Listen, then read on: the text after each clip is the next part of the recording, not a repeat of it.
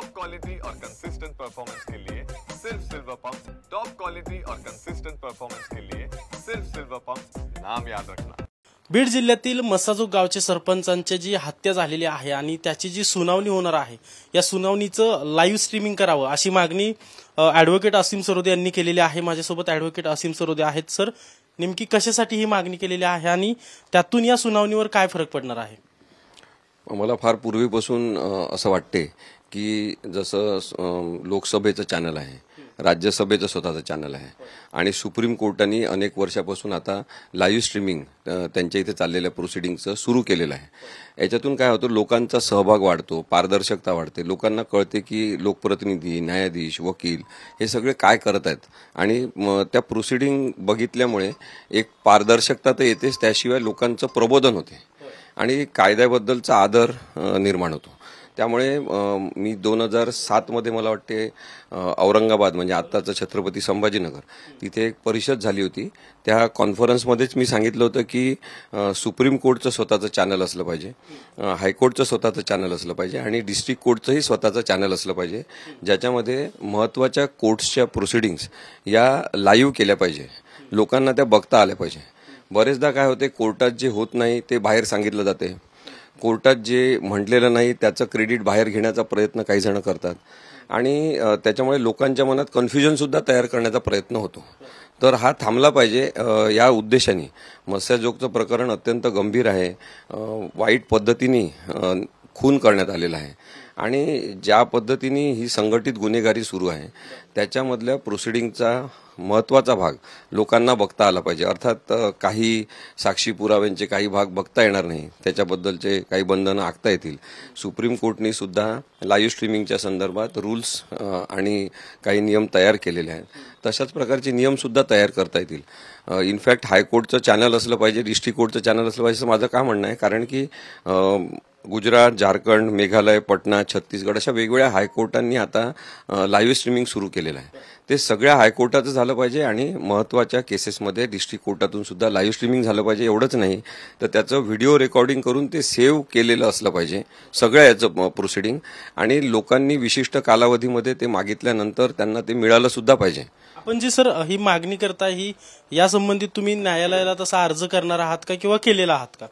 नाही बघा, न्यायालयाला मी अर्ज करून तसं काही होणार नाही। एक प्रक्रिया म्हणून ड्यू प्रोसेस तयार करावं लागेल, त्याचे नियम आखावं लागतील आणि त्या संदर्भात मग लाईव्ह स्ट्रीमिंग करावं लागेल।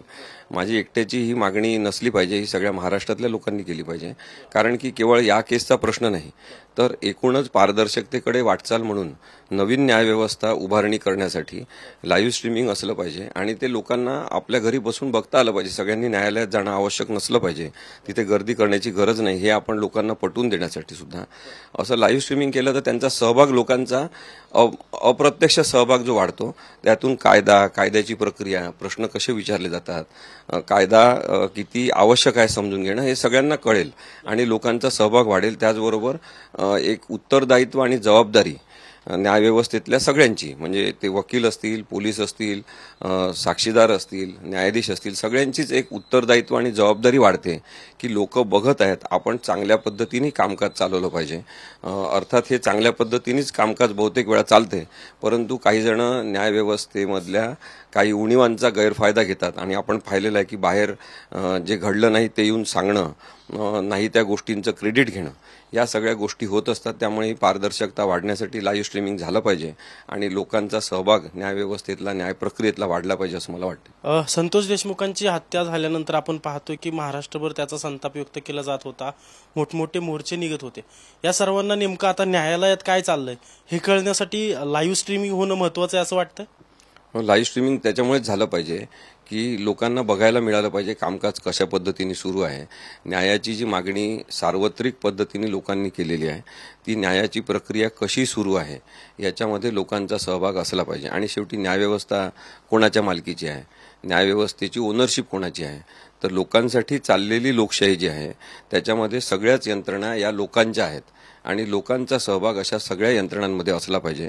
लोकांचा सहभाग वजा करून आपण यंत्रणा आतापर्यंत चालवत आलो असू, पण आता लोकशाही विकसित होत चाललेली आहे. त्याच्यामध्ये लाईव्ह स्ट्रीमिंग असणं आणि लोकांचा सहभाग असणं आणि मान्य करणं की या सगळ्या व्यवस्था लोकांसाठी आहे. त्याच्यामध्ये काम करणारे वकील, त्या न्याययंत्रणेमध्ये काम करणारे पोलीस, त्याच्यामध्ये काम करणारे न्यायाधीश, हे सगळेजण आपण त्या व्यवस्थेला मदत करणारे घटक आहोत. पण व्यवस्थांचे सगळे मालक हे लोक आहेत.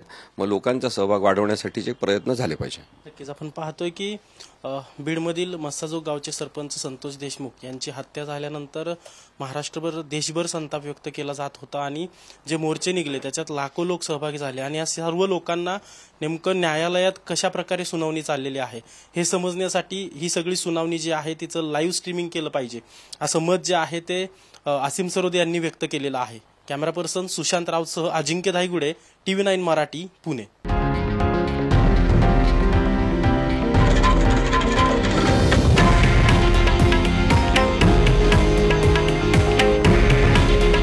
हे आहे देशातील नंबर 1 न्यूज नेटवर्क आणि आपण पाहत आहात TV9 मराठी. काळजी तुमची, हित महाराष्ट्राचं.